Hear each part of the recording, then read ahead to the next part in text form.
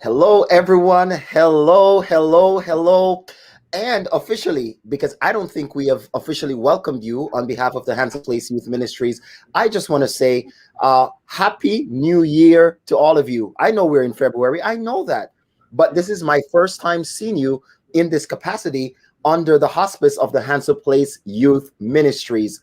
I just want to let you know that we missed you. That 1 month that we were not together, we missed you.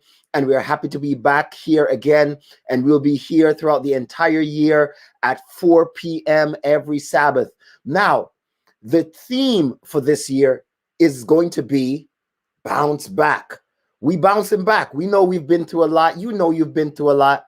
But we want to take the opportunity this year, by God's grace, to bounce back. From whatever you've been through, let's use 2021 and let's bounce back. I want to let you know that we have some wonderful things coming in the pipeline for you.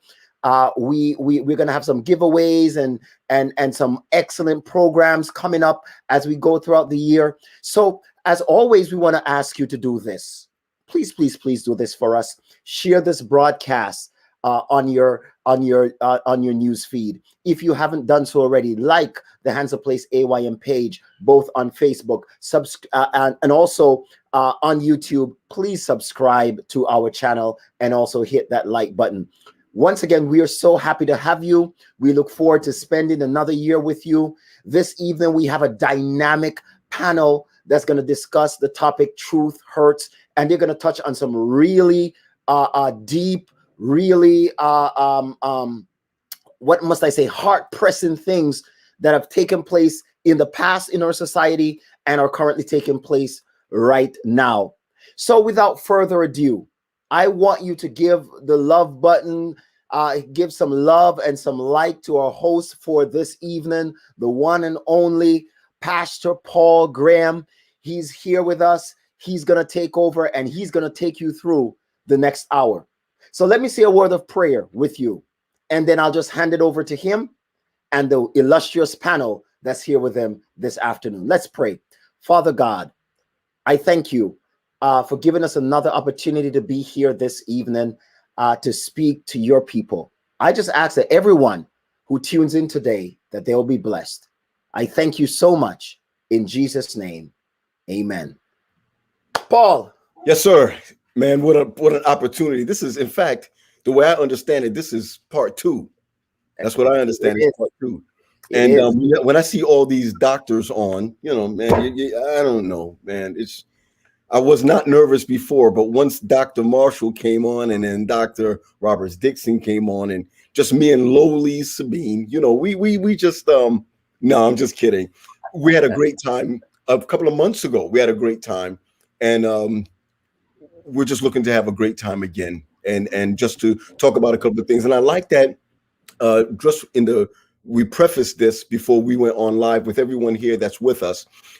We preface this that truth hurts, but truth heals.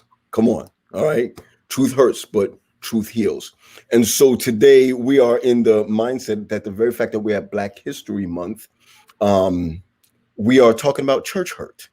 We're dealing with church hurt again. We're so grateful to have Dr. Angie with us. We're grateful to have Dr. Corey with us. And I just want to let you both know, to both doctors know, and Pastor Sean, you're going to love this, that I start my doctorate on February 15th. So I'm ready to go. I'm ready to go. Just inspired by my colleagues, inspired by my colleagues and my friends. Well, you know what, Pastor Paul, seeing that I am the only one that don't have a doctorate and is not on the path of a doctorate. Let me see myself out of this conversation. Mercy. Folks, love you all. You're in good hands. You're in the hands of doctors. So stay tuned. Remember, share this broadcast, and you're in for a treat. Not because they're doctors, but because they're people of God and they believe in the truth. So hold on to your seatbelts. Get ready for a dynamic conversation. And I'm waiting for Sabine to come back in. You know, the doctor thing, you know, I always say if you get sick, I probably can't help you. So just remember that. Okay. You know, I'm not the great physician. So waiting for Sabine to come back in as well. And I know I talking to my younger sister, she was in seminary with Sabine and talked about what a strong and formidable figure she was in the department and among students. And so I just want to affirm my fellow panelists as well and say what a pleasure it is to be back here with you all, as well as with Pastor Paul Graham. Listen, I just want to thank you for that. And I'm waiting for her to come back in. I know that she is maybe having some issues there, but when she comes in, we know she's going to come in strong. Good to see you, the both of you again. Good to see. In fact, I'm going to say the three of you again. I'm hoping we can hear her also if she can unmute. Today, we recognize that we as I'm going to put it this way: we as a people, and when I say a people, I mean Black people. We have excelled in so many respects. God has taken us from one level to the next level because we have not done this by ourselves or on our own. But we also realize that in the search for truth, whether it's community-wise or spiritual-wise, that we still have some way to go, or there are still some differences. There are still some issues that we are dealing with in the church, and some past issues that has never been brought up, or maybe people don't know their history of what has happened in the past. But in order to get through this type of church hurt, it's realizing things that has happened in the past, realizing things that's happening now, so that we can get through certain things that are happening in the future. So let me just ask a couple of things. First of all, it's great to see Sabine on. Sabine, I want to first start with you. If you just give us a background, just a minute and a half background of yourself. I'm going to ask the same thing of Dr. Roberts Dixon. I'm going to ask the same thing of Dr. Marshall. If they can just give us a synopsis of who you are and who we're hearing from. All right. Good afternoon. I'm kind of a little bit hesitant because it's morning on my side. My name is Sabine, and I'm coming to you live from Beijing, China at the moment. So it's morning here. Zhaozhang Hao. And I would say that I am a daughter of Brooklyn. I was born and raised in Brooklyn, New York. I am of Haitian descent. Proud, blue and red all day, every day. Yes. I am a product of a Christian family, Christian legacy, in fact. My parents and grandparents on my mother's side were Adventists, so I am fifth or sixth generation Adventist. Grew up in the church. That's all I've known my whole life. Had its ups and downs. I've been involved in various areas of ministry and have loved most of it. You know, the hard patches were quite challenging and difficult, but they were there for me to grow. And the opportunity has been given to me to serve here in China. And so I'm here. Happy Sabbath. Hey, that's right. Happy Sabbath. Ours is ending. Just want you to know. All right. Dr. Roberts Dixon, yourself, and if you don't mind, you know, how you want us to relate to you, you can call me Pastor Paul. You know, I'm just saying you can call me Pastor Paul. And I know I'm still stuck on Pastor Sabine. I'm still stuck on there. I know you said Sabine, but I'm still stuck on there. I don't know if it's prophetic or not. I'm just putting it out there. Doc, please, if you tell I see Pastor Paul, that you have your name there just as Paul. So I have mine as Dr. Angie Roberts Dixon, but please call me Angie, you know, for this, okay? Because I feel like it's important to, you know, just state where I am, but at the same time, Angie is my name. So no problem. And you know what, Angie, you told me that last time. And I sure did, and you forgot. Did. You had forgotten. That's all right. My bad. I just want to know my place. I want to just know my place. All right, good. Please, Angie, tell us about it. Blessing. Well, it's such a privilege to be here. My name is Angie Roberts Dixon. I live in Virginia, in the area of Newport News, Hampton Roads area, and so I have been here for several years. Prior to that, I was at Walla Walla University as a professor in the Department of Psychology. So my background is in the area specifically of educational psychology, but my passion is in women's studies. And I'm currently finishing my certificate program there and hoping to go back into academia to teach in the area of women's studies somewhere here locally, and then hopefully in the future in other places as well. That really is where I put my energy behind. I have 2 daughters and of course one husband. And so I'm very blessed to be here today. My father is a former Seventh-day Adventist pastor in the Northeastern Conference in the Boston area. And so he and my mom continue to reside there, and Boston is somewhat home, but I was born on the Isle of Antigua, and I'm just glad to be here with you all today. I'm sure more will come out about me during this time, but it's definitely a privilege to be here among such an illustrious group of individuals. Wow, thank you for that, because you know what, I knew that, but then when you said it, that I used to pastor with your dad. I mean, when you said it, but I will admit that when I was pastoring, these guys were giving it to me good. You know what I mean? They were true mentors. You know what I mean? Like, yes. Okay, what are you doing? You know what I'm saying? Yes. So I had a great time with your dad, especially in the Boston area. Absolutely. Yeah. And can I just say a little bit of background, maybe a little bit too much, but I do remember, Pastor Paul, when I think you and I started college the same year, because I went to Oakwood college days in order to see that there. And you and your brother Patrick were there. I specifically remember meeting you and your brother along with my younger sister who went to school with Sabine. We met you there. I think it was in the roller skating rink there at Oakwood, which was kind of really interesting because, and you all of course made a stark figures in my mind because of the fact that you all were twins. So it's just weird that over the years, you know, things have progressed and so on and so forth. But anyway, it's just, again, a blessing to be here. Great. I want to thank you for telling that side of the story. I appreciate that. Amen. Amen.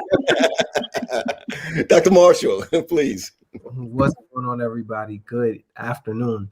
Like everybody else, you can call me Corey. I'm a very down-to-earth person, like many of the people here. Sorry, Miss Angie, I'm from Brooklyn as well. My heart is in East Flatbush, lived in Canarsie, spent a lot of time in Bed-Stuy, East New York side. Shout out to everybody from over there.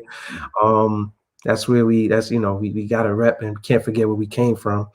I am passionate about evangelism, community engagement, and social change. In fact, my doctoral work is on community engagement and intergenerational dialogue for community engagement. So I'm really into that, and I hope that through this conversation I can just inspire some young person to want to be involved, to initiate the process of change, and ultimately help someone in their sphere of influence understand and see who Jesus is. I'm married to one wife. As you can tell, she did all the decoration behind me.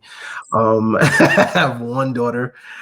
She's 3 years old, and ultimately she consumes my life and is worth every minute of it. Beautiful. Beautiful. Absolutely beautiful. So let's begin. The first thing that you talked about, or the thing that stuck out a lot of what you talked about, Corey, was change. We recognize that there's a lot of change that we need in our church today as it relates to racial issues. And so I know that, Sabine, you are in the area there. You're in I'm sorry again, Beijing, but you've also have gone to Andrews University. Yes. Okay. We know that in a couple of years that have just passed, there's been some uproar. Some years, I'm talking about just 3-4 years ago, there's been some uproar concerning some of the past actions there, or some of the things that people have seen.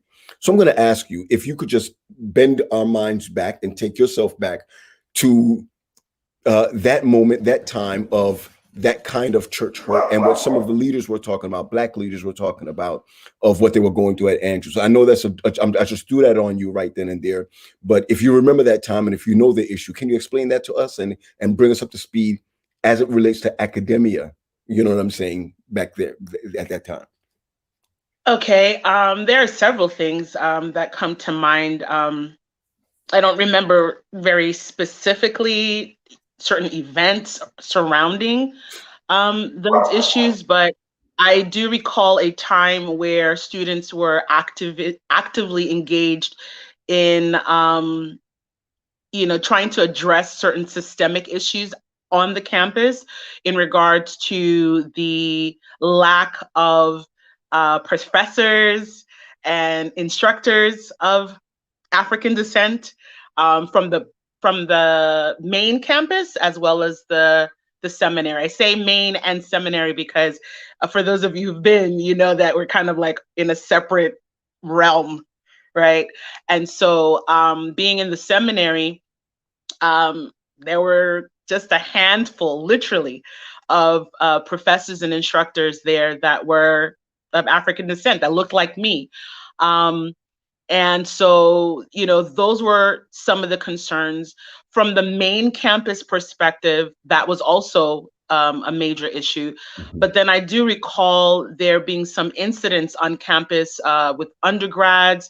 There were some racial tensions between students and some other things that were going on from the administration standpoint that students felt very strongly and they wanted to address. And so through student life, through the Black student organizations on campus, through the seminary students, Black organization, which I was also a part of. I served on that committee. We organized different types of, I guess, protests, if you want to say, on campus, where we marched and we did different programs through Impact and other Vesper services, where we hit home. We asked the tough questions and we charged the administration to address those issues and really have the conversation. It's interesting because for me, that was the first time I'd left New York. And so living in Berrien Springs, in this little small town on this small campus where one light. And it was an interesting dynamic to be a part of, but I realized even within the hub of Adventism, the flagship of our church, we still had some major issues to deal with, and most people were not willing to address them. Right. And so we had to push hard. Well, let me ask you. Let me ask you this. Well, I saw it from afar. I was here and I saw what was going on there, and I felt that it needed to be addressed. I felt it needed to be addressed, but I asked myself the question. I don't know how you may feel about this, Corey, or yourself, Angie, but when I saw what you guys were doing a couple of years ago, and I was there in 95 to 97, I saw it and didn't say anything because my thing was, I'm getting my degree and I'm leaving, which shows where a lot of our breakdown is. We can't, Dr. Marshall, change if we just say, I'm just going to get my piece and leave and not worry about what's coming behind us. You see where I'm coming from? And I've recognized, just as we've talked the last time about church hurt, and Dr. Angie was really breaking it down, how we have walked over women, and how we marginalize women and don't even know. But here it is that you're talking about something that we walked those same paths, Sabine. Maybe mine was, 10, 15 years earlier. Okay. But I never did anything, never spoke out about anything, or never even brought anything to a certain level of attention, because I was there to get my divinity. A conference was paying for it. My job was to get in and out, instead of saying, what about the rest coming? What about Corey, who's coming behind me? What about Sabine, who's coming behind me? And I believe that even now, though you spoke about those issues and though you address those issues, that there's a lot of issues that are still not being addressed. They are still present. They are still present. And I just want to say that when you're talking about change is engaging. Change is initiating. and so to be kind of on the sidelines, sometimes it's not a bad thing, because it allows you to observe and to have perspective, right? But I would also challenge us to take it a step further, because the reality is, if we don't say anything, if we don't speak up for the injustice and the inequalities and the marginalizations that's taking place, then we are absolutely part of that problem. Wow. Oh man, you just hurt We're me. absolutely part of that problem. You just hurt me. And so for us to be silent, right, especially when it comes to the church is a movement. And that is something we have forgotten. Hence why we are stagnant and still recycling the same issues. Because we refuse to speak, and we refuse to do. Dr. Angie, let me ask you a question. In your walk as a Black Seventh-day Adventist young lady in our institutions, outside of our institutions, or what have you, or in our churches, what do you see right now, or what have you experienced some of the church hurt as it relates to racism or even marginalization? What have you experienced, or what can you talk? I think that, okay, so it's interesting because I thought we're here to talk about patriarchy, but actually, as I've been thinking about this, reflecting on this in the course of the past few weeks, the issues that we face regarding racism are kind of mirror the issues that we experience with patriarchy. I can stick with racism for a while at least, right? Because I do see some parallels that are there. Okay.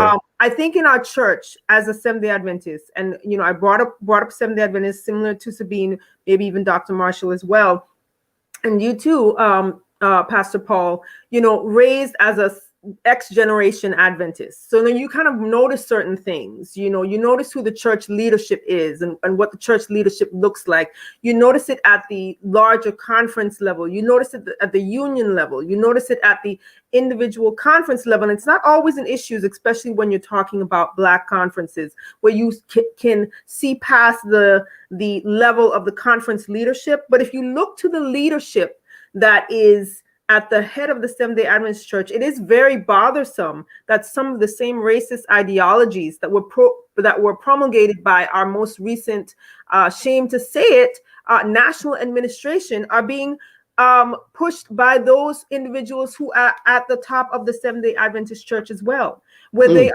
negating movements that are very important, or don't speak of movements that are so, I think, fundamental to understanding who individuals are. If they cannot understand that, yes, all lives matter, but yes, Black lives matter, and that there is a specific challenge as it relates to Black people in America, and dare I say Black people around the world. Yes. Then to me, that's a problem. If the ideas that are being put forward, if the ideologies that are being espoused most benefit those who are white and Adventist, there is a problem. Because yes, everybody's lives matter, but if you have to negate a certain sector and see them as an outlier so that you can address your majority, then there's a problem. And I see that as being very, very huge. And I don't even think, we're here. I'm believing that the listening audience is primarily going to be of African descent.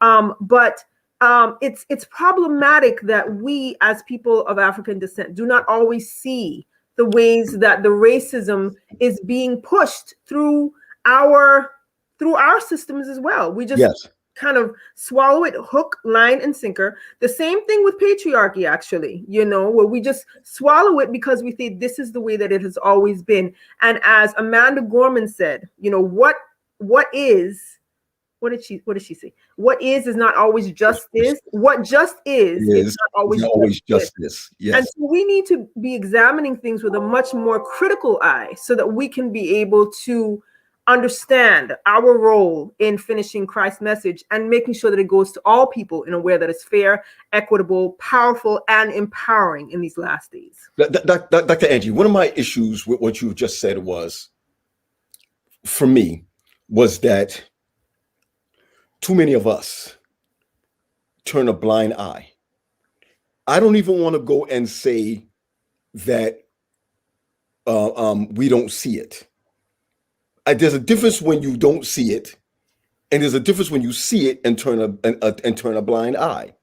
And what's frightening is that if we continue to turn a blind eye to what you're saying, and because I'm going to tell you what I did, right? When you were talking, I wrote in the chat to our hosts, help me so I can, tell me what this is so I can cue her correctly. There's no way that I needed anything once you brought the parallelism in, because the fact of the matter is that if on high, they can't see what's happening, and we're addressing it and they do nothing about it, then the fact of the matter is that we are saying it's okay with what's happening, and I'm okay with what's happening, and we don't need to change as long as I'm not being it's not affecting me, but yet it's going to affect my son, and then it's going to affect my son's son, and you see where I'm coming from. Right. And so you brought that in such a way that we're not here protesting to the top. Right.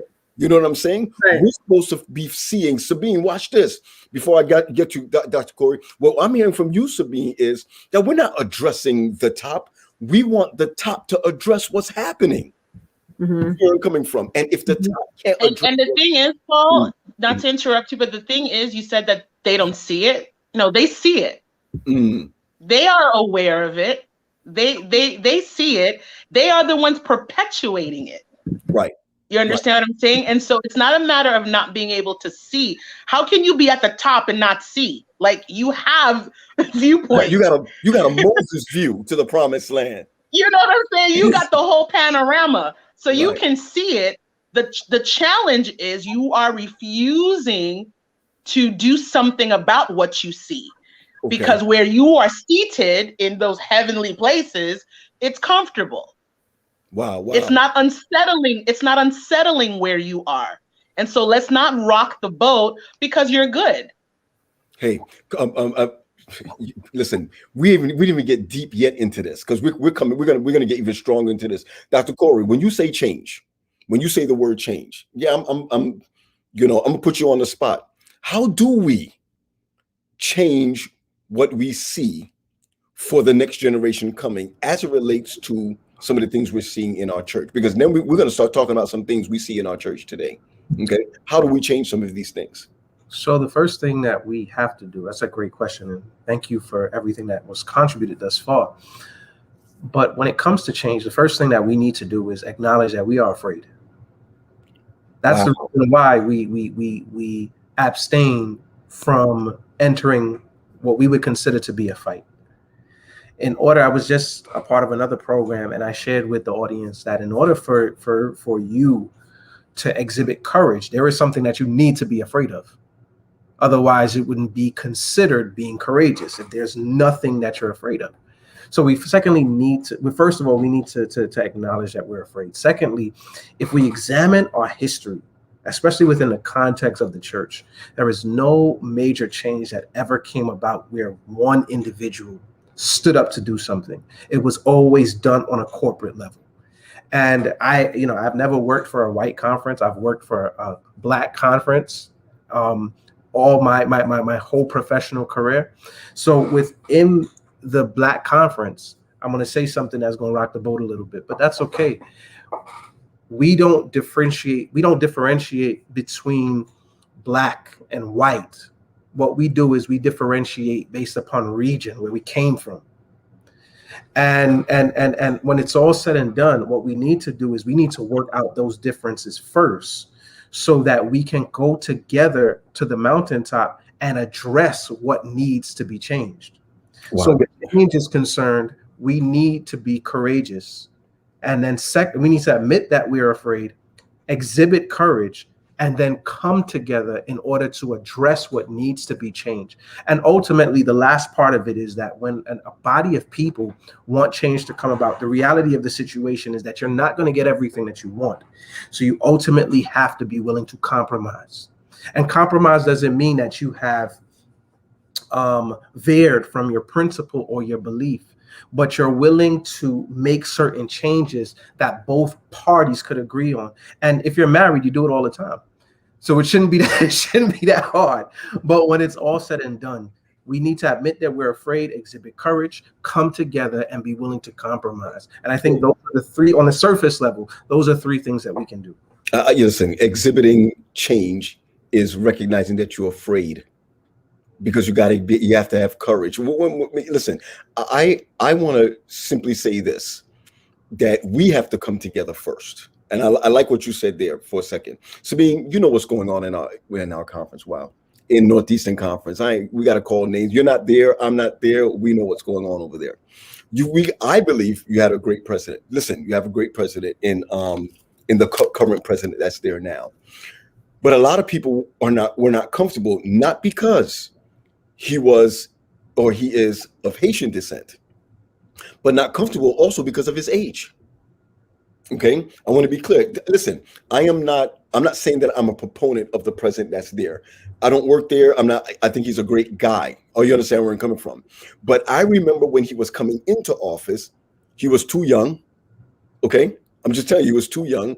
And I declare he was probably in his late 40s or early 50s or something like that. But he was seen as too young. He wasn't them because he was Haitian. Anybody with me? If you're going to be Haitian, you need to stay in the Haitian realm. Number three, he also spoke Spanish. Okay, so I'm not saying whether I agree with this, that, and the other, but a lot of people were afraid because here it is. We got the West Indians that took over, even though Haitians are West Indians. I'm just saying. Am I right? Yeah, right. They are. Yes. Yeah, right. Let me be clear. We are in the center of the Caribbean. Right, that's right. I just want to be clear that Haitian people are Jamaicans that speak French. So what I want you to understand is Don't start, Paul.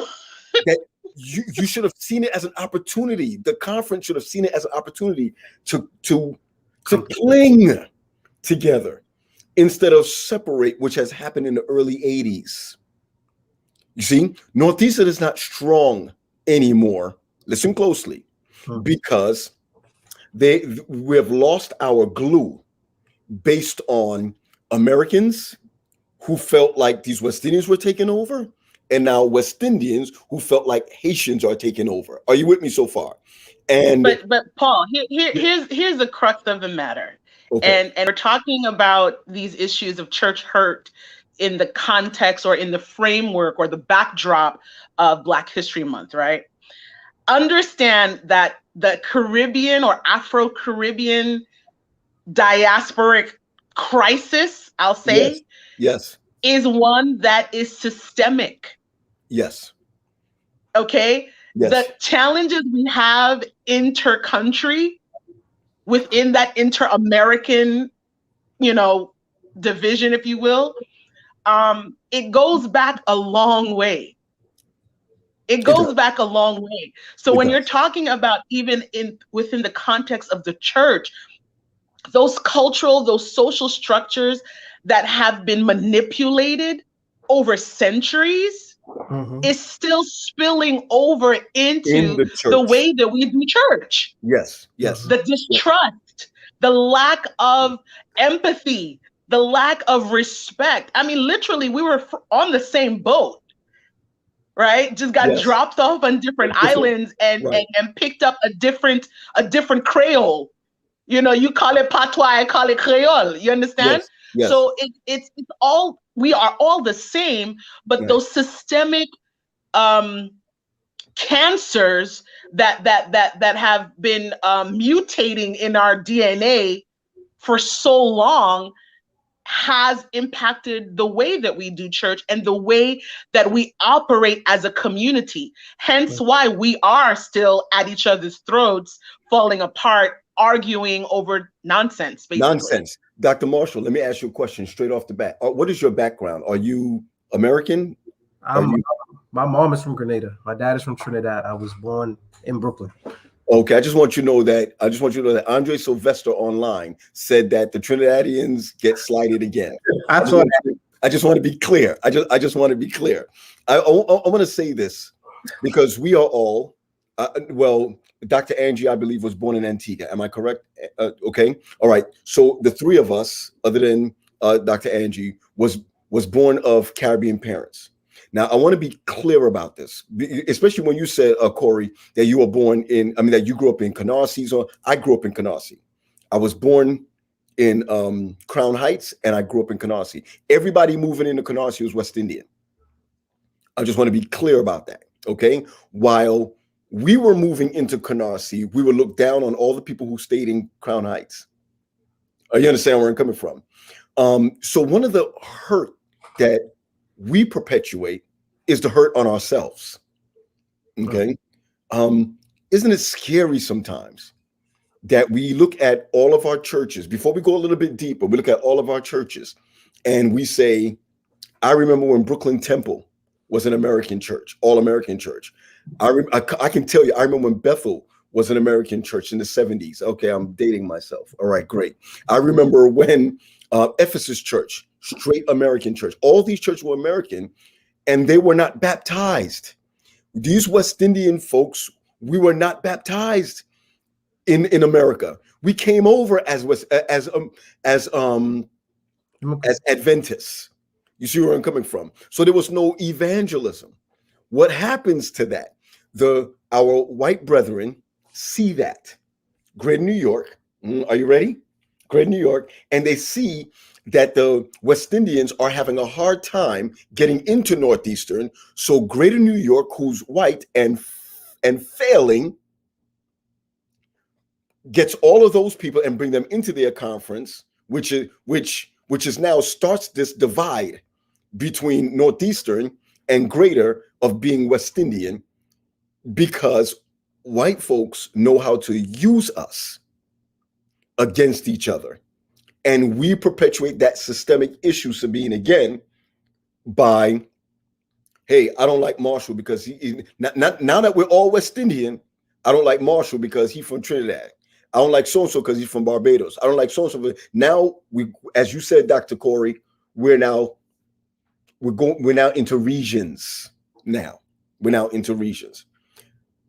What is the fear, man? What is the fear of working together? What is the fear of working together? Can any of you answer that? What could be the fear? Go ahead, Doc. Let me say this first of all. When you don't have a mission, you don't have anything to work toward. Ooh. And you I'm sorry, you can't just say that and then go to the next statement. Say it one more time for the people in the back. For the people in the back. Oh, you missed it. Okay. So when you don't have a mission or you don't have an objective, there is nothing to work toward. So like a kid in a classroom who has nothing to do, what does he do? He interferes with all. I saw West Indian just now, right? Or he interferes with all of his or her other classmates because there's nothing constructive for them to do. Mercy. The point is, if we're mission minded, all those minor details don't matter, because what's in front of us or the mission that's in front of us is more important. It transcends who we are. It transcends where we come from. In fact, Paul, and I believe I quoted this the last time, Paul says, in Christ Jesus, there's no Jew, there's no Gentile, there's no male, there's no female. We are all one. And if I left out anything, please excuse me. So until we become mission minded and mission focused and mission oriented, and the problem in the church is that we believe that the world church's mission is the local church's mission, whereas the local church has something to deal with that is completely different than the world church. If you go to, I digress, but if you go to most of our church's websites and you look at the site you look at the portion that says about me, it's not about them. It's about the world church. Facts. Wow. What we believe as Adventists, and I'm not saying that that's bad. My point is that the mission of the church at the local level is going to vary because we are all in different places. But when it's all said and done, if the local church focuses on the work in their vineyard, those little things won't bother us. The other thing, and I don't mean to be long-winded, come on. We need to find the beauty in our diversity and what brings us together. So Sabine, you just articulated that. Listen, we all were slaves. If we are in this country, if we're in the Caribbean, we were taken from Africa and dropped off in different places. Don't you think that experience should unite us? It should. It should unite us. It should unite us. And that doesn't mean, Pastor Paul, I'm sorry, I can't call you Paul. That doesn't mean, Pastor Paul, that we should be, misery loves company, but ultimately it should put us in a position to say, this is what I experienced and this is what I experienced, and it should bring us together, because the reason that we're here is because we both experienced some form of triumph, some form of victory. And ultimately that victory, it comes from God, and that should empower the mission. But when you ain't got no mission, that's like that again. It goes back to the text. Even though we're taking the text out of context, without a vision, the people perish. Even though that's not what the text really meant. It meant, if without a prophetic word, the people perish. But without a mission, the people perish. And I'm going to thank you for that, because I look at many of the churches that I am, in charge of. Okay. I sit there and I look at all of the churches that I'm in charge of in this area, and the about me is just a microcosm of what everyone else is saying. Oh, we just want to make sure that we're identified as an Adventist church. When the truth of the matter is, Hanson Place should be about, I'm just saying, our mission is to reach the whites that are in the area, to reach those who are a certain pay grade, I hate to use that, or a certain status in the area. Our mission for Hanson Place Seventh-day Adventist Church is to relate to the people who are in that area. And let me tell you something. I remember going to Hanson Place years ago, walking down from Bethel, and you couldn't walk down there. I'm just telling you, you have to watch the crackheads, watch the so-and-so, do this, that, and the other, going down to downtown Brooklyn. Now it's Metro Tech, baby. All right. You go down to Hanson Place right now. And I'm going to say this. I know that Pastor Sean may be on, but at this very moment, Hanson Place should have a white pastor on staff. Or you understand where I'm coming from? And that's part of the issue that we're having, is that if the about me was about Christ, hear me out now, then we wouldn't look like the top church. I mean, the top echelon or the patriarch of the church. We would look like disciples. You see where I'm coming from? And so I'm hearing exactly what you're saying, Doc. I'm not trying to mess up Hanson Place, but the fact of the matter is, Bethel Church also should have a white pastor on staff. The reason why I'm saying that again, because that's who lives in the area. You see where I'm coming? You see where I'm at? But let me share this with you. Sabine, you got to be real with me, and let's be real about this. Maybe one day you'll come back and pastor. I don't know what you're running from. So either way, I believe that Haitians are not like the Haitians of old. You're getting, listen where I'm coming from. I'm listening. I remember growing up, you're embarrassed to be Haitian when I was growing up. I'm telling you, I'm being real with you. I don't know nobody want to be Haitian. They used to say this about Haitian, that about Haitian, but let me be clear about this. The Haitian people in the church today are of high status: doctors, lawyers, high-class musicians. Are you with me so far? Sometimes I feel that even as Jamaicans, Trinidadians, Grenadians, I will even go as far as to say Antiguans, because she just came back, right? That sometimes when we reach a certain level, we forgot about whence we've come. We surely have forgot about whence we've come. And I'm going to give you one example. The school system in the Adventist church, with Haitians running the school system up to par. Now, when we reach a certain level, we don't send our kids back there. Or you understand where I'm coming from? But we feel that white is right for our children, and black is not up to par for our children. Do you feel that we have kicked a system that has helped us along the way? And if you don't agree with that, or if you don't see it that way, how do you see where we're going from here? Hey, Doc, I want you to hold on for that, because I'm hitting Sabine with that, because the Haitian culture is strong, it's live, it's vivid, It's colorful. It's exciting.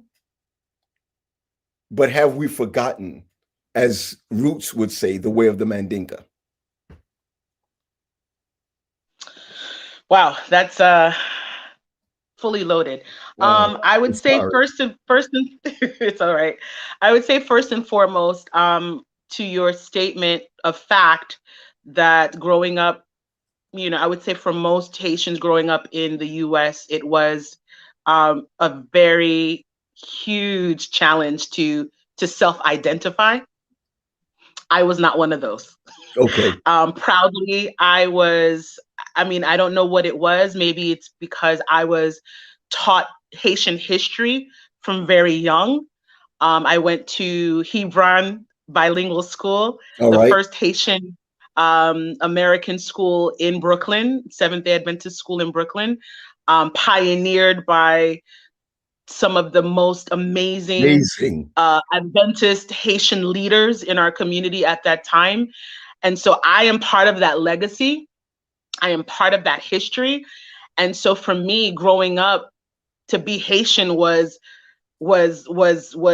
elite, you know, in spite of the challenges politically that Haiti was having, the challenges socially, the challenges financially, economically. You know, we have always been told Haiti is the poorest nation in the world, which I cannot understand, because that is not fact.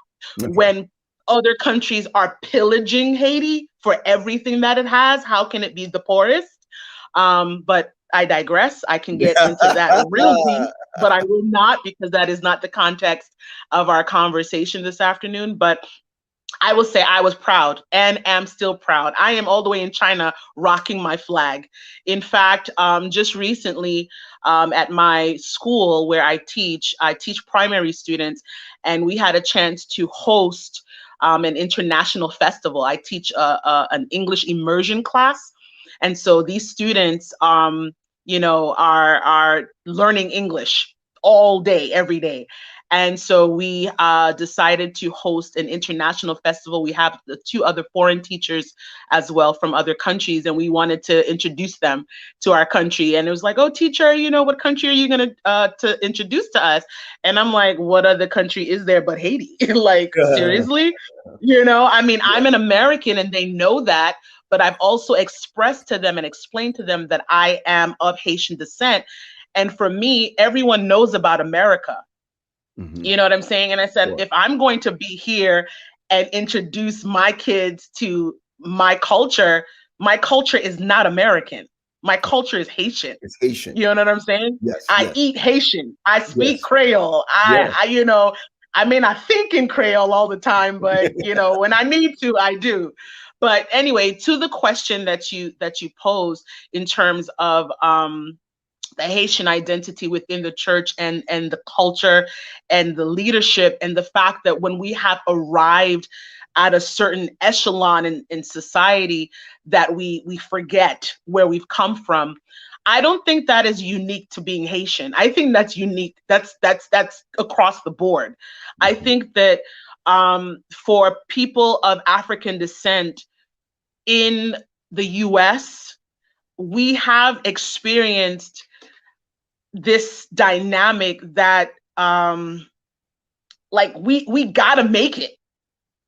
We just gotta make it, because we have been suppressed for so long on so many levels, and it doesn't matter where you're from, whether you're African American, whether you are Jamaican American, Trinidadian, like it doesn't really matter what part of the African diaspora you're from. If you're living in the US with the context of the racial tension and the racial systemic structures that have been in place for so long, your objective is to make it as far up as you can. Okay, let me share this with you, Doc. I know you had something to say, and listen, what you're basically saying to me is, here we are in our struggle. And I love that, because I put the Haitian joint on you. You're like, hey, listen, that's every one of us who have struggled. If in the 50s you're a Black American, you had to make it also. If you know, so whoever is suppressed, you're going to make it no matter what. You're going to push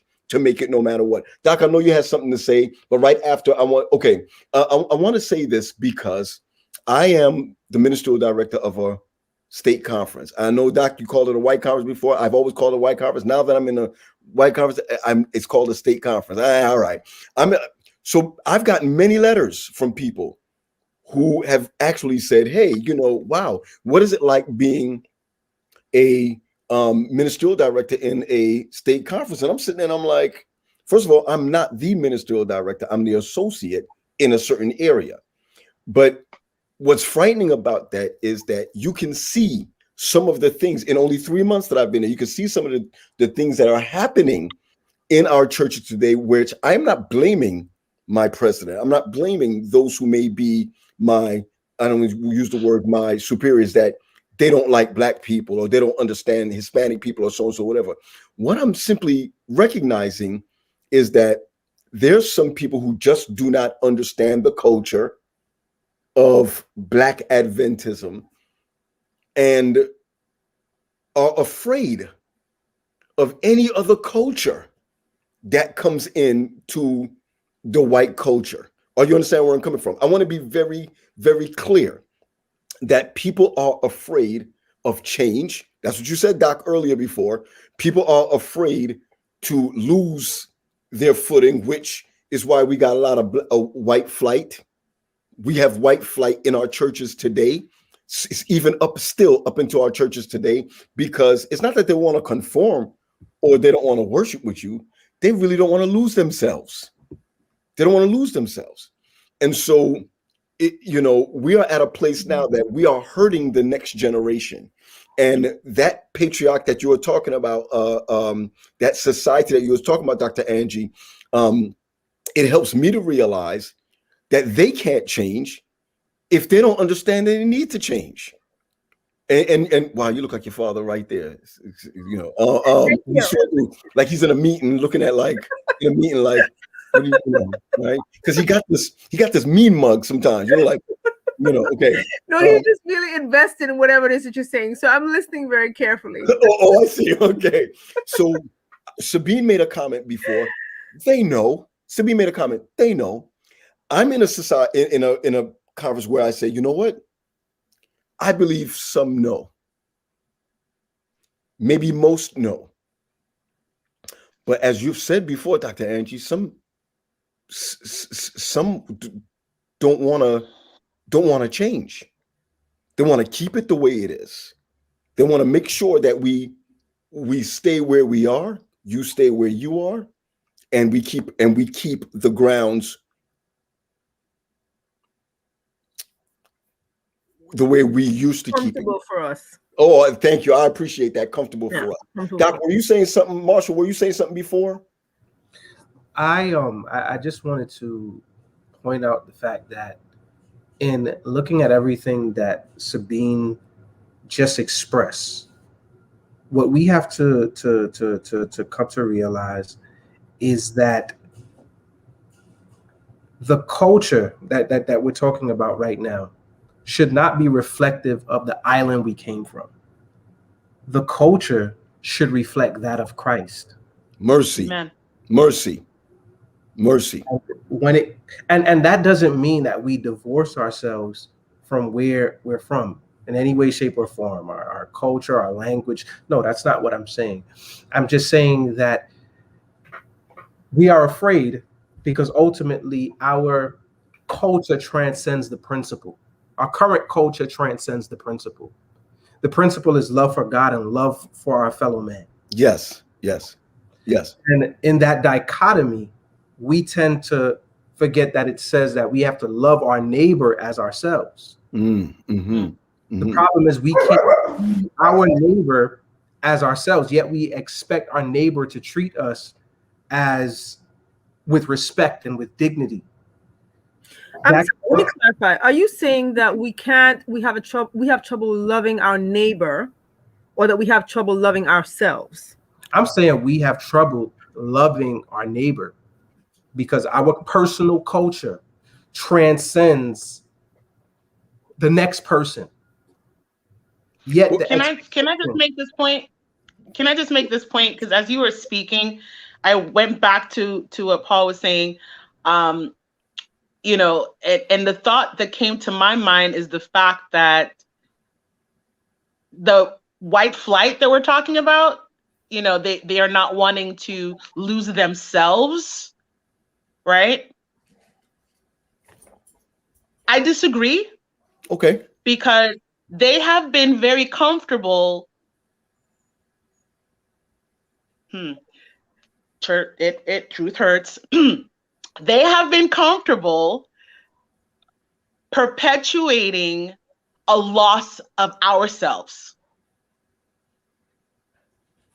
In other words, are you saying that? So, okay, no, go ahead. So I'm gonna clear it up. Okay.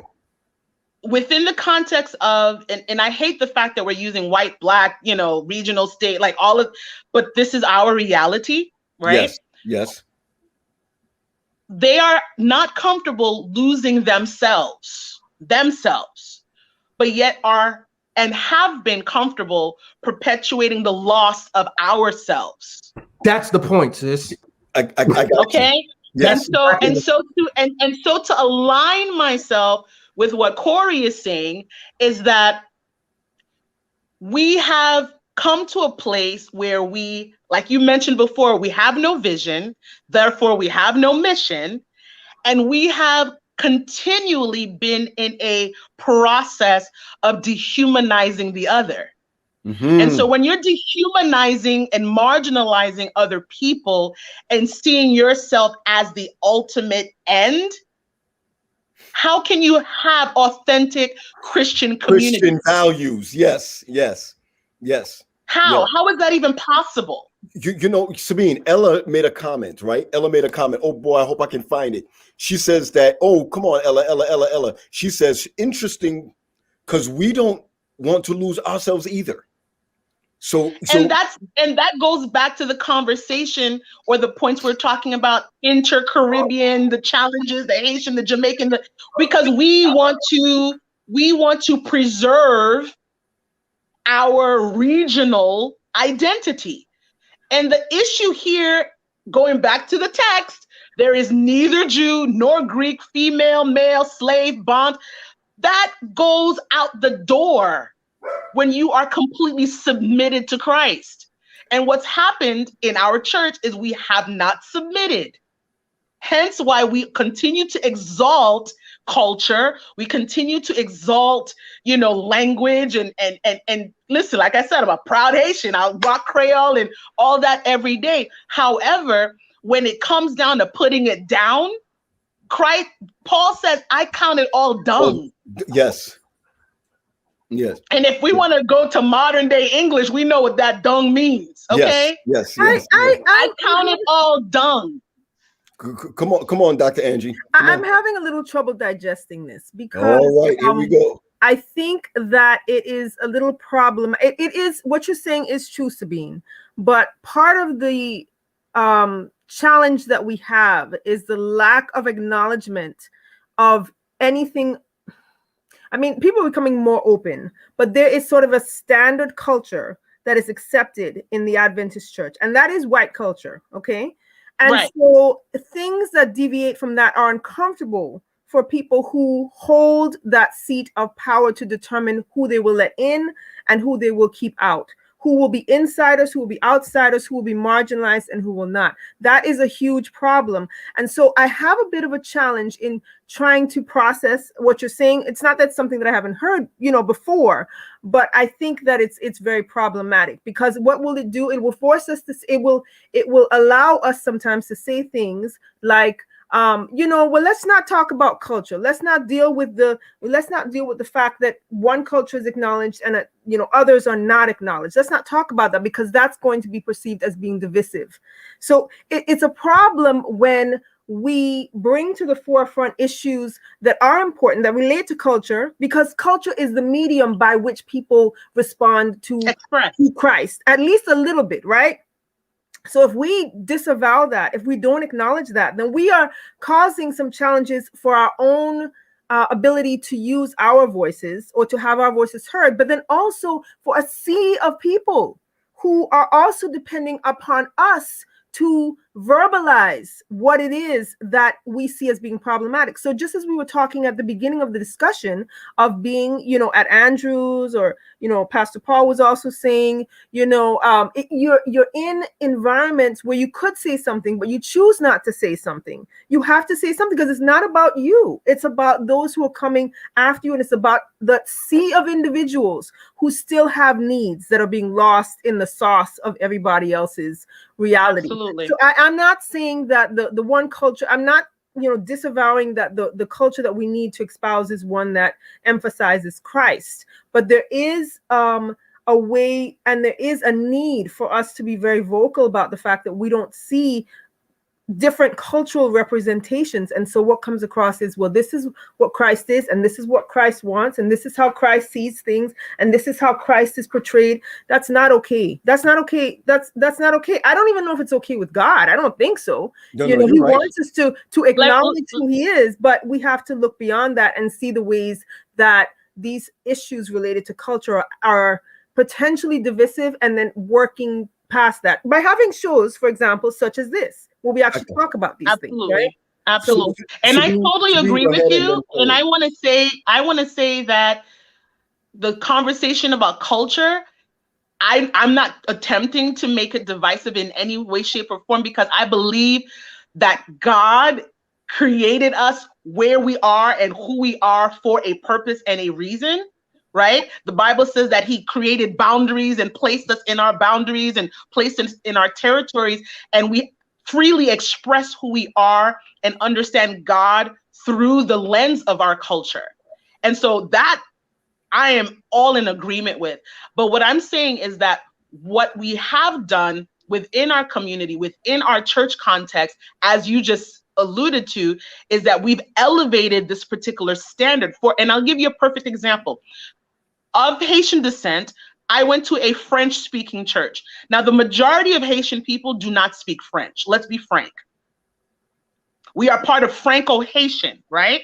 But the majority of Haitian people do not speak French. However, you go to any Haitian church, anywhere. What is the standard language? What is the standard protocol? French. The Bible, French. The hymnal, French. The entire service is in French. When I served within the Franco-Haitian Youth Federation, I was like, okay, first of all, if we are going to further engage our youth in this community, we need balance. This all French or no has to go. And so I was like, we're going to get Creole. Oh, no, Creole. We can't speak Creole. We can't sing Creole. It's not acceptable. Why is it not? Someone told us that the European language, the oppressor's language, was the standard. Yes. And so as a matter of fact, we've used that to box people in, and like you said, Dr. Angie, keep people out. Because if you couldn't speak French, you weren't going on that pulpit. You weren't going to serve and lead out in us making announcements. I mean, you have people preparing whole speeches in French and practicing before they could go up and share a 2-minute announcement, versus them being able to speak in their natural tongue comfortably where everyone could understand. Mm-hmm. Wow. Dr. Corey, first of all, to me, I don't have enough hands for that one. And I'm only sharing that with you because, and Doc, don't forget what you're going to say, because my father, family, Queen's English. My mother, Patois. You understand where I'm coming from? And you couldn't get up there on a rostrum, you know what I'm saying, and speak broken English. You see where I'm coming from? At Oakwood University, well, I'm going to say Oakwood College, it was the refined people that got up. You're not getting up there with no y'all and sound and drawl and so on or whatever. We were getting up in Oakwood University Church or Oakwood College Church the same way. So as we realize that we are perpetuating something that I almost want to say, you said European is right, white is right. What hurts me about that is, which has hurt the church along the way, especially man, we need got some books here, is that it's not that white is right. But who we are, it's not proper. And we are proper. Who we are is not proper. Dr. Marshall, go ahead, please. No, I was just going to say to Dr. Angie's point, and I think Sabine, she cleared it up really well. Culture is only problematic when it's used to marginalize a specific group of people, or to keep a certain group of people down and prevent them from receiving the opportunity to advance themselves. And the biblical example of that is in John 10. But what happens now is that we don't understand what took place in John 9. So we misinterpret what Jesus says when he says, different sheep I have that are not of this fold, them I must bring too. Ultimately, Jesus is speaking about a Jewish man who just received his sight. He hasn't seen anything all his life, but he just received his sight. And as a result of Jesus being the one to perform the healing, the religious bourgeoisie of that time put him out of the synagogue. They put him out of the religious circle in that community. And as a result, Jesus sees what happens and he says to that individual, do you know who I am? Or do you know who the Messiah is? And he says, no, who is he? And he says, I'm that person. And then those individuals that put him out, they hear what Jesus is saying to him. And as a result, Jesus engages them in dialogue, and he does something. I love the way that Jesus teaches. He does it so subtly. He says, I'm the good shepherd, right? But ultimately, in saying that he's the good shepherd, he's trying to say that you guys are the bad shepherds. That's right. That's right. Yes. Because you put contrast. Yeah, you put these people out because of your culture and your belief system, not realizing that because they believe, I got to bring them too. And I got to bring them because you push them away. And in like manner, there are a lot of people that we, no matter they're black, white, whatever, we push them out of our churches because we problematically use our culture in a way that conveys that we are elitists and we are above everyone else. And that's not just for our Caucasian counterparts. That's for us as colored people as well. Not realizing that in any other sphere of life, they don't see Haitian, they don't see Grenadian, they don't see Trinidad, they don't see Jamaican, they see black. Can I share something with you? And I may be wrong for this, but here we go. And then I have a question for you, Dr. Angie. You know, I enjoyed Andrews University. I enjoyed myself there. I've been looking forward to getting a doctorate for years. I missed the mark by 2 points. You know, I played around in my last quarter. And, you know, I have found that there's some white institutions that would say, I'm going to give you an opportunity. I'm going to give you a break. I'm going to give you so-and-so. Now, don't get me wrong. Andrews probably don't know that I'm black or whatever. They're just looking at the grade point average. You see where I'm coming from. But there's some systemic things that happen that will cause black people not to get into white conferences, not to get into Andrews University to teach. That when we saturate an area, that the money doesn't go there anymore. The help is not there anymore. Such as you can sit there and say that Atlantic Union College has closed down because they don't have students. I want to say that Atlantic Union College have shut down because they don't have the support. Washington Adventist University is struggling because they do not have the support. I'm being straight with you. Oakwood University will not shut down because it will always have support. Andrews will always have support. But if Andrews became a black, you know, everyone that was black, teachers were black, students were black people began to move to Barron Springs, Michigan, I need you to know that they will not have support. Okay, you can get upset. Anybody can get upset if they want to, but I'm telling you that when I'm taking it off of us now and putting it where the church hurt is, that when we are in a place, they leave, and I believe they leave not because they don't have control. Why no one, I don't ever see black people going to a church and saying, I'm taking over a white church. I see them coming in, they saying, we don't want to worship with you. We're losing our identity. You're getting up there and singing a song that I don't identify with. But the more of you who are singing this song is the more that we're saying we don't sing those songs anymore. Or you going up there now and you're wearing a robe when our white pastors wear suits. You're seeing where I'm coming from. I've seen churches since I've been here in 2008 make some changes because they are afraid of losing their identity. The same way you may say a Jamaican or a West Indian is afraid of losing their identity, or a Black American was afraid of losing their identity when more people were coming into the country and into the churches in New York. It's the same way white people are saying, hey, I'm leaving this church. And where are they going?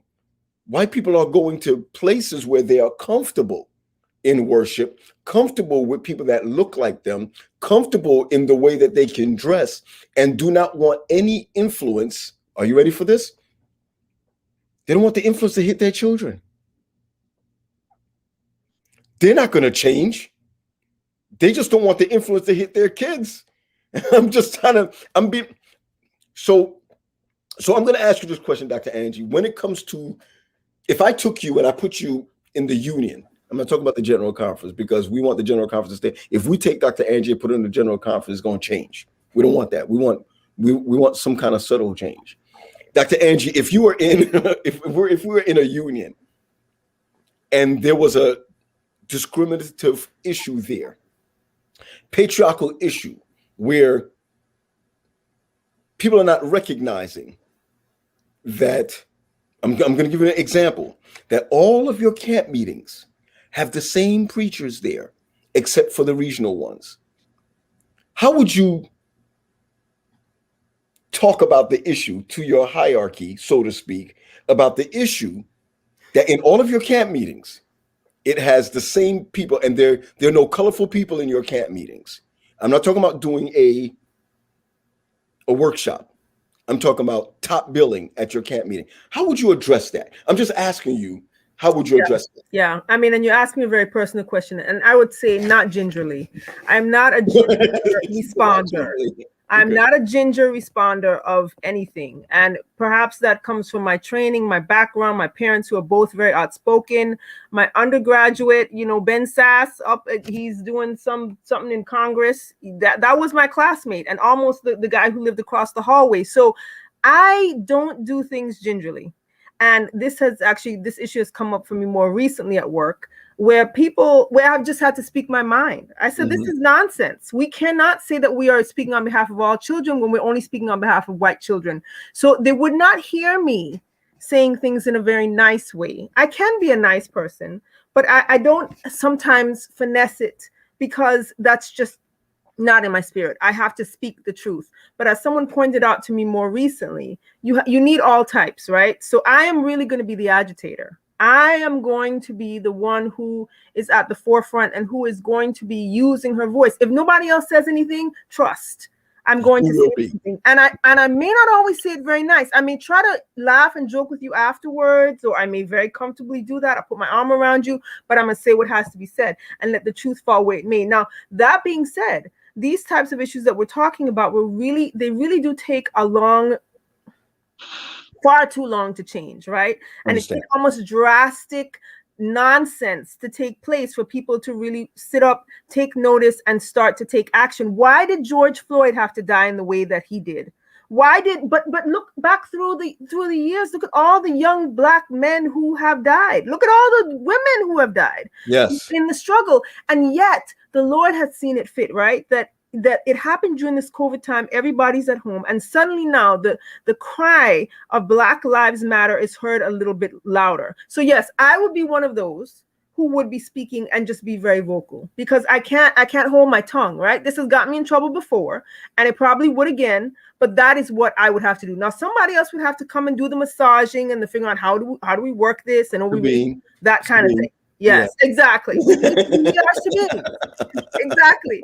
But that wouldn't be me. I would really have to say it exactly the way that it has come out to me. And the reality of it is that I think that far too often we stay silent because we're afraid that it is not going to come out right, that people are not going to receive it very well. We don't want to offend people. And as I said to people at work a couple of weeks ago, I don't care if I offend you. You need to be offended. She's looking in the camera. She's looking in the camera. You need to be offended. So, but I think that it takes all people to kind of, those who agitate and those who soften, in a softer way, kind of say things. So, can I share something with you, Angie? And I want to say this. One of the fears that our white counterparts have is that when you speak that way, they see you being being aggressive. Absolutely. Now, let's be very clear, right? Let's be very clear. Sabine, who just spoke, they can look at her and say she's aggressive. Absolutely. Okay. For me, because I know my culture, I know my people, I know my Black women, I know my educated Black women, that too often it's the educated Black woman who's aggressive. Not assertive, but aggressive. Mm-hmm. You take Dr. Marshall, and he may say something. He may not shout. He may not do so and so whatever. But what he may do is he may state a fact. And to our counterparts, she's trying to be funny with us. Or you understand where I'm coming from? The sad thing is that it is important for all of us to work together so that you'll know my culture, you'll know who I am, you'll know why I do the things that I do, why I say the things that I say. Because if you don't know that, you're going to be hearing me out of your bias and will not be hearing the truth. There's a person that's watching now, and I'm not going to call her name, and I'm not going to call her name. She's watching now. I'm not going to call her name, but she has a doctorate in diversity and inclusion. Diversity and inclusion is not just for, I'm going to say, white people to understand Black people. It's also for Black people to understand Black people. Because as we talked about it in our first Truth Hurts, there's so many of us as Black men who don't understand an assertive Black woman or an educated Black woman and can't see her running a church, can't see her running a corporation, can't see her running a bank, can't see her. Why? Because we don't want her to be a part of a man's domain. Come on, sis, a man's domain. And the problem is not just with white people, but our church is hurting because listen, it's not just when it is not just coming down to which is, I know this is going to spawn into another part 3, but it's not just about a woman who's serving as a pastor in the church, but how we've treated women in the church. When a woman got pregnant in the church, was the guy. The guy could be in church, where's the guy? But the woman would have to suffer that. Those are so many things that have passed through our generations, Black, white, or indifferent, that we need courses. We need people who can stand with us and towards us and to us to say, we can never look forward to the second coming of Christ if you don't recognize that in heaven and on the new earth, there ain't gonna be a diversity situation. You see where I'm coming from? You see where I'm coming from. So you got to get it together now before you got to get it together later on. And, I know that we got 8 more minutes, but Sabine, you look like you're trying to listen. Sabine, just say it. Don't be aggressive. Okay. I'm just kidding. You know so to that point, it's interesting that we're talking about this, but I'm going to take it a step further because we're looking at the church as a whole, right? And when we look at the world church, that encompasses people from every walk of life. I'm in Asia. I've been in Asia now for a little over 6.5, going on 7 years. I served in Korea before. I'm in China now.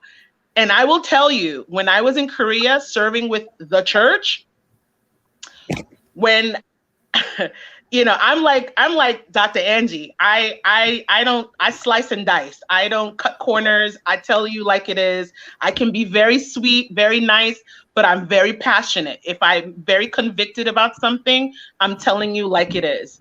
And that did not go very well with my Asian counterparts, because for them in the Asian culture, women are supposed to be very submissive, very quiet, very still. We don't talk too much. We just serve in the kitchen, do what you got to do, and keep it moving. But speaking up in certain contexts and certain, when certain issues arose, like you were saying, I was seen as being aggressive.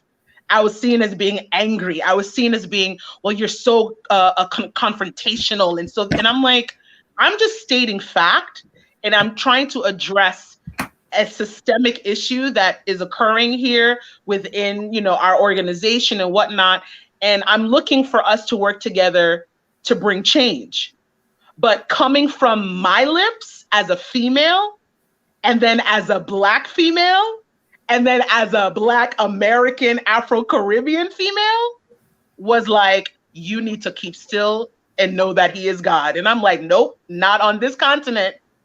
Because if God sent me here, right, he sent me. I didn't just get up and move. He sent me to be a change agent.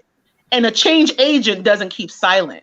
We lift up that trumpet. You understand what I'm saying? Oh, yes. And if we're going to stifle the trumpet and not be the voice crying out in every wilderness, then how can we prepare the way of the Lord? My excitement. Sabine, stop taking over this whole, Sabine, I'm telling you, listen, I'm encouraged. What I mean by I'm encouraged with what I'm hearing, because I love being a part of a discussion that's not stepping on cultures. I like being a part of a discussion that's not kicking down whites, or you understand where I'm coming from, or saying they got problems and so, whatever. We know what we have stated here is that this is a systemic issue. Sabine, you used those words before. Dr. Andrew, you said this transcends cultures. What you've said before. Doc, you've made it clear to us that in order for this to work, that you got to recognize that you got to be courageous. If you're going to be courageous, you got to be scared of something. You got to work from a fear of something, fear of being ostracized, a fear of bringing something to the forefront of how we've begun this whole thing of Andrews University. But it is so important to realize that the next generation will suffer if this generation doesn't talk about it. The next generation will go through an identity crisis if we don't discuss it or talk about it. And I want to be clear about this. I don't want to put anybody's age out there, but I'm at a place where I would love to see the next generation starting to take over the church now. Not later on, because of the insight that they would have that I may not have. Doc, go ahead, Corey, and then we're going to try to land a plane. Go ahead, Corey. You just said something that was so very profound. I was having a conversation with one of my elders, and she has a background in corporate America. And she says, in corporate America, you find that the leadership is of a younger age group. But in the church, it's the complete opposite. And then I said, you know why it's like that? It's because in corporate America, they're trying to remain innovative so that people can continue to buy in. If you look at a Pepsi can, every generation it changes, because ultimately they want to keep on attracting that next generation. Mercy. In our church, we are fighting to maintain, whatever the race is, the status quo, because that is what's safe. And ultimately, I think it begins with us recognizing that there is a problem. You can't fix something if you don't agree that it's broken. The system, in many aspects, is broken, and it will not be perfect until Christ comes. But at least we can begin to make adjustments. This generation This generation is so cause driven. This generation wants that inclusion. This generation doesn't care if you are a man, a woman, other. And that's another conversation. Mm-hmm. As long as you are concerned and you care about the mission, they are willing to invest in it. And we can't have that change that you're talking about for our kids until the mindset changes of the church is a cause and not an organization. Right now, it's viewed as an organization. And people don't trust organizations. Right. And I can't trust something that you won't allow me to invest in, even though you want me to be present at everything that you're doing. Mm-hmm. I think the word that Sabine used was that the church is a movement. Yes. Is a word that we have perhaps gotten away from, but it is a movement. So if there's movement, it has to be change. There just has to be change. Mm-hmm. If there's movement, then there has to be change. If it's a movement, then there has to be change, right? And this idea, God is the same yesterday, today, and forever. Yes, but that doesn't mean that we have to present him the same way or that we have to do the same things that we've always done. We have to be willing to step aside and to say, okay, yeah, who's stepping up to the plate? Let's hear your ideas. Let's hear what you have to say. Let's have you move us into the next step. That's crucial. You know what's crazy? Can I just say how, going to the point of the church moving forward, look at how this young lady, Amanda Gorman, shifted an entire nation with her words on Inauguration Day. This young laureate. How many laureates do we have in our church? How many Amandas do we have in our church waiting for that platform? And as Doc said earlier, can I say that before you go ahead, please? I'll end up after. Go ahead, boss. 30 seconds, man. Go ahead. In regard to what Sabine just said, is that there are many Amandas in our churches. The problem is we trying to drive the car forward looking in the rearview mirror. Well, we want to thank everybody for coming out. No. It's amazing how that was the Holy Spirit, because the fact of the matter is, I'm going to put it this way, I'm 50. This church as a movement was started with 16, 17, 18, 19-year-olds. The pictures that you're looking at now of Ellen, of the pictures of Ellen White that you saw later, and her husband and Hanson Falls and all these guys, you got them those pictures later on when they were older. But these individuals were running this thing from when they were younger. I have no problem. You give me a good pension, all right? You give me a good pension, Doc. Give me a good pension. And I'll sit back and be a voice for those who can carry this church to the next level. I don't have a problem with that. And when I look at just the way that we hoard over certain things, we do. I mean, the president of the United States is in his late 70s. Come on, man. I'm glad for Biden, for President Biden, because he's not who was there. That's all I can say. That's all I can say. But when are we going to have our younger individuals who is strong in the faith, strong in the church, strong in the faith, that can lead us? We are afraid because we're doing the same thing that our white counterparts have done. We don't want change. We don't want, just today I preached at a church on 4th Street. I kid you not, I preached I was coming in my suit and stuff like that because I didn't know the church. He's like, we don't do that here, bro. We don't do that here. Young guy. It took me a long time to get to the realization that I remember when, I'm gonna close on this. I remember when I started Restoration Praise Center at Bowie Project, I told all those elders, everyone who was serving, tie, shirt, collar, jacket, every Sabbath on the pulpit. Do you hear what I said? 2008, That's what I asked for. And a guy got up there. I remember his name, Sinik. His name was a Haitian fella, Sinik, Ronnie Sinik. He got up and he had no tie and a sweater on. And I reprimanded him. I remember how I reprimanded him and I gave it to him. And we're about the same age. I said, brother, you can't do that again. Was the next meeting, so whatever. 2021. Man, I'm preaching like this. I'm preaching like this because I didn't want to hear from these guys, from these young people. The church was 20. Sabine, you've been to the church. You know, these guys are, I believe, were you there years ago? These guys are 20 years. I'm in my 38, 39, 40. These people are 21, 22, 23 saying, we don't want ties. And I'm sitting there, listen what I'm doing. I'm preserving what Brooks taught me. I'm preserving what Roberts taught me. I'm preserving what the Willises taught me. I'm preserving all these things when God is simply saying to me, you need to back up. In order for this thing to open up, you need to stop hoarding and trying to preserve what I didn't ask you to preserve. I asked you to preserve the word. I didn't ask you to prefer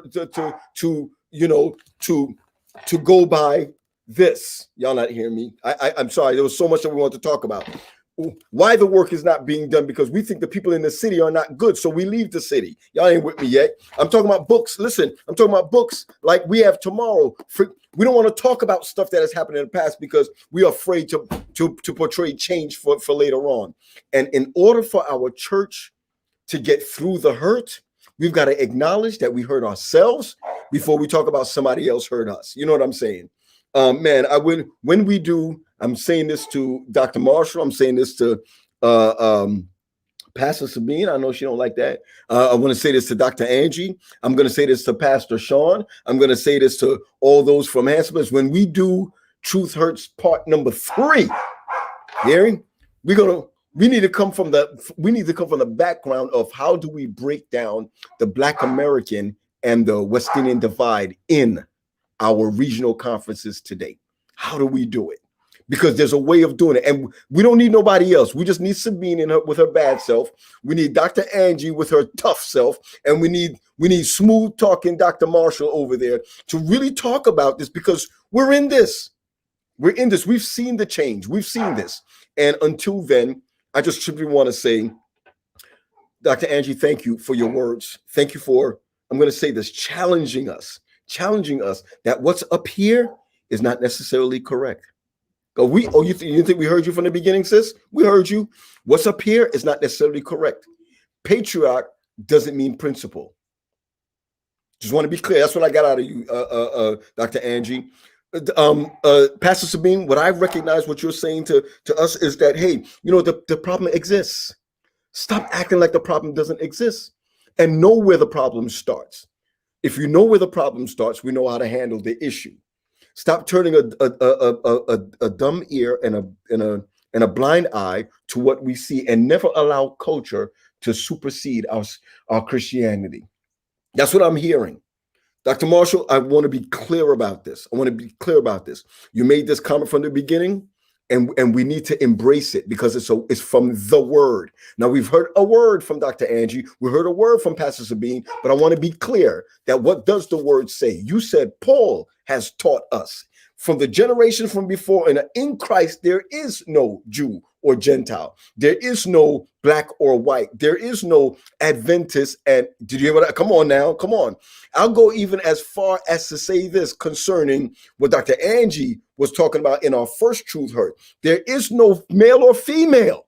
Oh, come on now. So what is God looking for us to do right now? God is looking for each one of us to perpetuate his lifestyle in the generation of the church, so that the generation following, because it's coming in soon, the generation following would come to an understanding that we're going to always see this problem until Jesus comes, until we hit the problem head on, starting with ourselves, being courageous. Dr. Marshall, as you said, being courageous. Hey, I'm going to ask Pastor Sean to come back on if you don't mind. I want to thank you for enlightening me. I got on here thinking to myself, well, I got some answers for y'all. I got some books for y'all. I'm sitting down here getting educated so that when I get back, I can celebrate. Y'all ain't hearing me yet. I'm just excited about that. Pastor Sean, if you're on, you can come on, or one of our our guests, and I'm going to say it's one of our sponsors for this program. If y'all come on, if not, I can close off with a prayer. I'm waiting for someone in the private chat from before to tell me what I need to. Someone says he's gone, so that means I got to close this up. Listen, folks, I want to thank you for joining us. Not only does truth hurts, but truth heals. And we're grateful that we've had such hosts again to come together to talk about some of these things. I've looked and I've seen some great statements that are being made. I just want to just clear up one statement. I made a statement earlier that Hanson Place would need a white pastor, but let me be clear. I didn't say we need a white senior pastor. I said a pastor on staff. That's what I said, a pastor on staff.